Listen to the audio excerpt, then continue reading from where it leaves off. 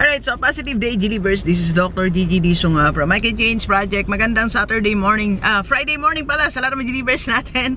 And this is the first time po tayo mapanood sa YouTube channel. Thank you very much. Please subscribe, click mo na po yan, Doc Gigi Disong.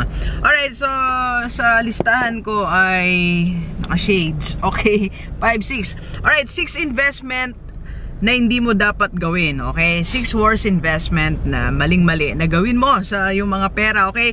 So sa lahat ng gusto mag-invest, okay? So ito na reminder para sa atin, okay? So number 1, alright? So sa aking listahan, seeds kasi okay, maling investment to get more than one life insurance. Di ba meron tayong mga life insurance na sinasabi, pag kumuha ka ng more than one yan, may 3 ka, 4, ganyan. So that's worse, right? Doc G, bag nag-endorse ka ng Sun Life 3-in-1? Yes. Meron tayong 3-in-1. Actually, yeah, ilang taon na siya, 3 years. Pero isa lang, okay?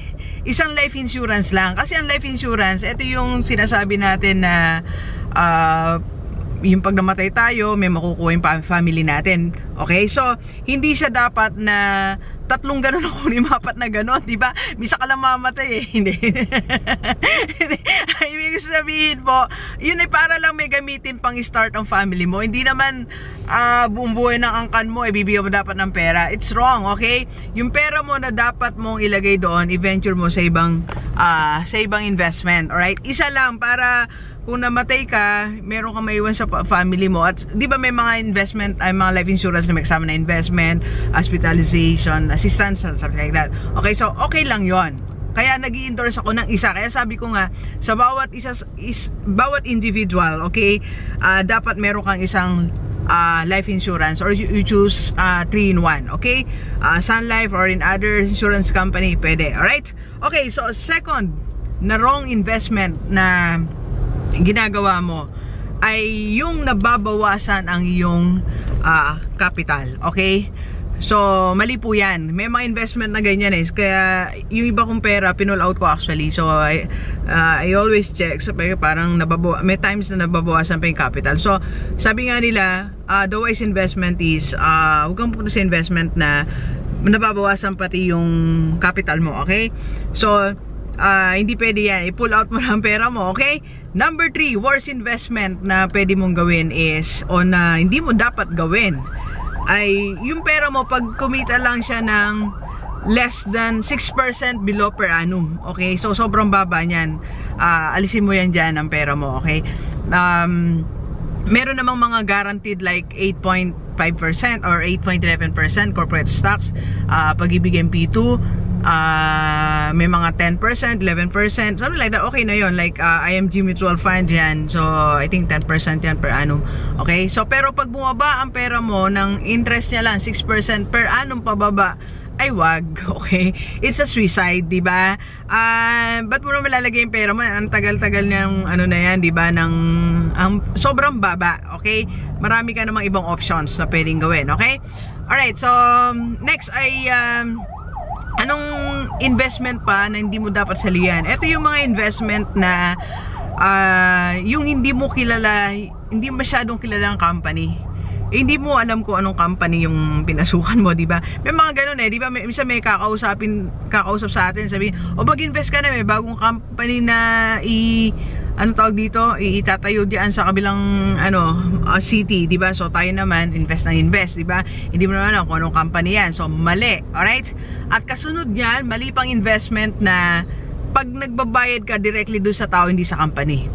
Alam nyo kasi meron na siguro mga more than 5 people na nag-PM sa akin, Doc, nagbabayad kasi ako sa tao dito sa investment na to. Sabi ko, mali.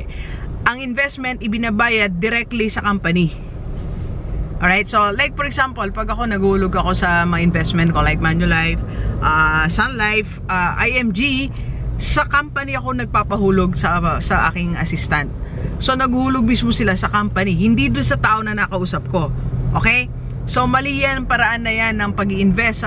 Sa tao ka i-invest, nagpapadala, malay mo hindi naman pala nauhulog. Marami nang ganyan na nangyari. Sabi nga natin, wag na nating ulitin yung mga maling past mistake sa buhay mo, past mistake sa buhay na nakita mo sa mga kaibigan natin, di ba? So sa mga kamag-anak mo, di ba, nagbayad sila sa ibang tao, ano, nakuha ba nila? Hindi, di ba? Okay, dapat direct ka lang sa company, okay? And last, I think last na to, last investment na mali, na hindi mo dapat salihan, yung sobrang laki ng interest, di ba, yung pangako nila sa'yo, 50% per month, di ba, 60%, so sana makukunin ng company ang laki na yan, di ba? Mari yung first few weeks, first 3 months, mabigay nila sa'yo, pero hindi siya long term. So you look for long term investment, hindi yung one time lang. Tsaka baka mamaya, yan na yung scam, di ba? May scam ka na dyan. Bisan naghahangad tayo ng malaking interest, scam na pala yan, di ba? So Doc G, sobrang laki. Ilan ba talaga yung pamantayan? Like ako, ang biggest na sinimulan ko na investment is 4% per annum, per month. So how much that? So kung 12, 40 plus, malaki, no? Malaki siya. Kaya natuwa ako nung natagpuan ko yun. So bigay na agad ako ng pera sa kanya, di ba? So ganun ang investment, hindi masyadong malaki yung interest kasi nakakapagduda na yan, di ba? Okay, so deliver sa inyo mga 6 worst investment na pwede mong gawin. Wag mong gagawin yan, okay? Eto, di saan ako pupunta? Nag-vlog na ako kanina bago ako pumasok. Papuntang Makati. Actually, pang Makati tayo ngayon. May seminar tayo sa mga managers ng Scott Park Group. Yan. Hello po sa inyo. See you in few hours. In 2 hours. Okay. Ulitin ko lang. Mabilis lang. So, ano ba yung investment na pwede mo sumali, Doc G? Ang 5 best investment na, or may top 5 best investment na marirecommend ko sa inyo. Like, I go to real estate. Meron tayong dalawa. So, yun, i-dispose na natin isa. Meron din akong life insurance. Meron akong 3-in-1 in Manulife, okay? So, Sun Life kasi medyo dumating na late sa buhay ko, pero I recommend that, okay? I start na kasi ako sa Manulife.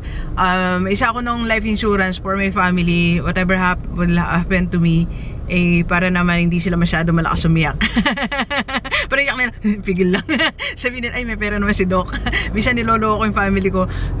Siguro pag namatay ako, sabi ko sa kanila, yung nyo, magkahalo. Yung iyak, hindi mo na alam kung para saan yung iyak. Sa pagkawala ko ba o sa mga maiwanan natin sa lapende, ginojoke ko lang sila minsan. Okay? Yan, kasi may kasama namin yung insurance, diba? So I also go for IMG Kaiser.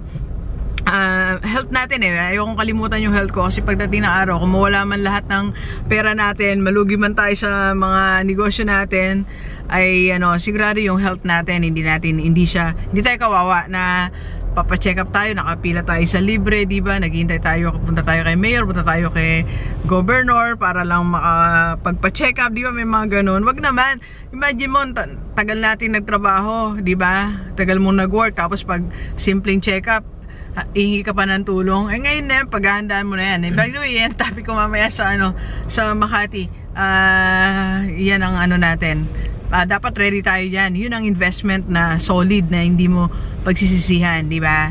Yung when you have for health insurance. So, ano pa yung mga insurance ni Doc ay mga investment na sinalihan natin na okay. Yan, ano pa ba? Yeah, co-op is part of it kasi meron ako maganda na tagpuan na co-op na 16 or 14% per annum. So, okay na yon yung ganon. Tas at least naka-diversify yung ating investment. So, pwede ka na rin kumuha doon, di ba? Okay? So, ano pa ba yung investment ko? Others, tinanggal natin, nilagay natin sa ibang investment. Kasi nga, pag yung kita niya 6% per annum, ayaw natin noon kasi masyado matagal, mabagal ang movement, okay? Kaya nga yung iba, they don't recommend sa stock market, Pero okay na din yan sa start.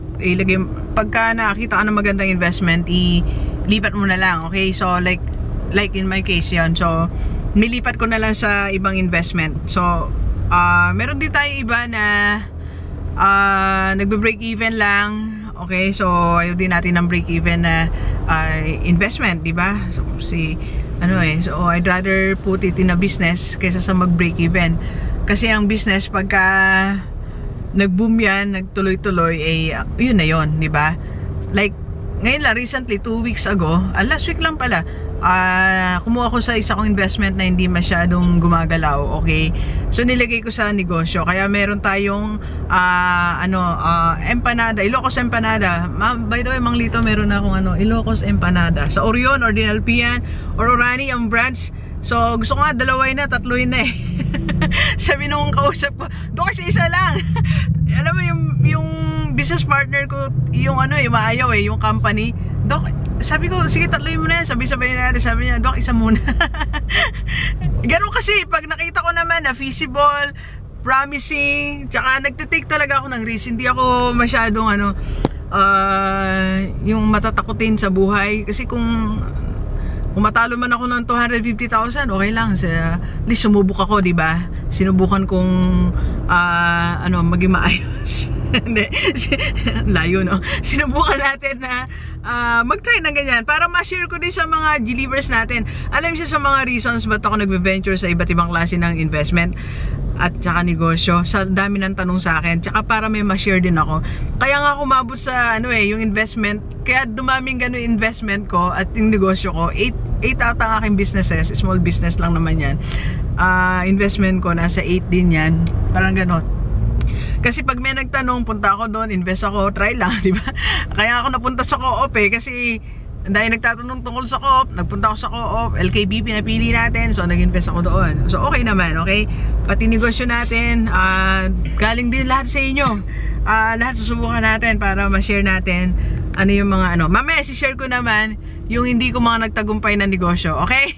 Mamaya, para malaman nyo kung bakit, okay? Alright, so please share this video sa lahat ng kaibigan natin, kahit OFW o dito sa Pilipinas. By the way, sa Macau tayo, October 18, group coaching, October 19, naman tayo? Hong Kong. Okay, alright, please share this video sa lahat ng kaibigan natin, kahit OFW o dito sa Pilipinas, para sama-sama tayong mabago at umunlad ating buhay. Alright, so thank you very much, G-Leavers. Enjoy the rest of the day and let's go, let's go!